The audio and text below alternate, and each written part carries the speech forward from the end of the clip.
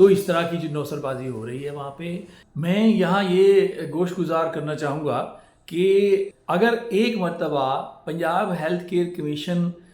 کی ٹیم یا district government کی ٹیم کلینک کو سیل کر دیتی ہے، علاج گاہ کو سیل کر دیتی ہے، اور وہ آپ کو ایک میمو جو ہے، وہ ایک چلان جو ہے وہ دے جاتی ہے، تو وہ اس وقت تک ڈی سیل نہیں ہو سکتا جب تک پراپر طریقے سے اس کو ڈی سیل نہ کروایا جائے۔ دیکھیں، وہ جو ایک مرتبہ سیل ہو گیا کلینک، وہ نہ تو کوئی پھر اس کے بعد ڈائریکٹ طور پہ نہ کوئی ڈپٹی کمشنر اسے ڈی سیل کر سکتا ہے، نہ کوئی ڈی ایچ او اسے ڈی سیل کر سکتا ہے، نہ کوئی کورٹ اسے ڈی سیل کر سکتی ہے، جب تک کہ پنجاب ہیلتھ کیئر کمیشن میں اس کا پورا پروسیس جو ہے وہ نہیں ہوگا، اس وقت تک وہ ڈی سیل نہیں ہو سکتا۔ تمام پروسیس میں جو ہے وہ 2 ماہ سے زیادہ کا عرصہ لگتا ہے، عام طور پہ 2 ماہ معمولی بات ہے، وہ لگ جاتے ہیں۔ تو اگر کوئی وہ وہاں پہ یہ کہتا ہے کہ جی ہم باروں بار آپ کا کیس جو ہے وہ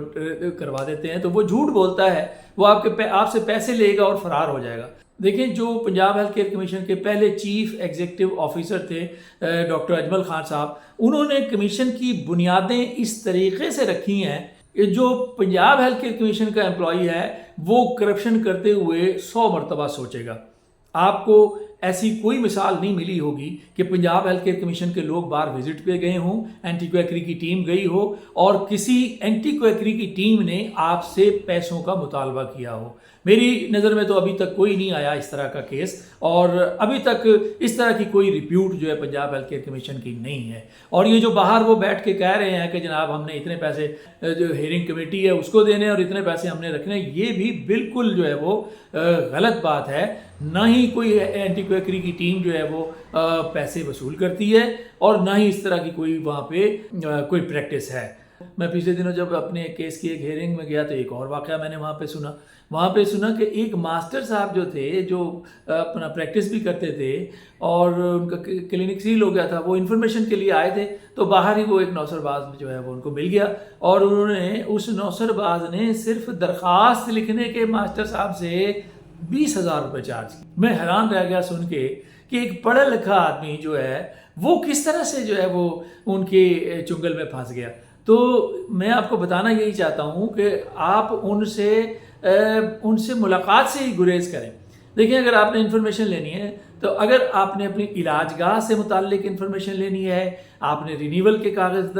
جمع کرانے ہیں یا رینیول سے متعلق کوئی آپ نے انفارمیشن لینی ہے، تو پنجاب ہیلتھ کیئر کمیشن کے آفس کا جو گیٹ نمبر 1 ہے، آپ اس میں داخل ہوں، اور داخل ہوتے ہی سامنے شیشے کا دروازہ ہے، شیشے کا دروازہ آپ اوپن کریں گے تو سامنے ریسیپشنسٹ جو ہے وہ آپ کو ملیں گے، اور آپ ان سے اپنا ایشو جو ہے وہ بیان کریں گے۔ تو وہ جتنی ان کو معلومات ہوتی ہے وہ اتنا پراپر گائیڈ کر دیتے ہیں۔ اگر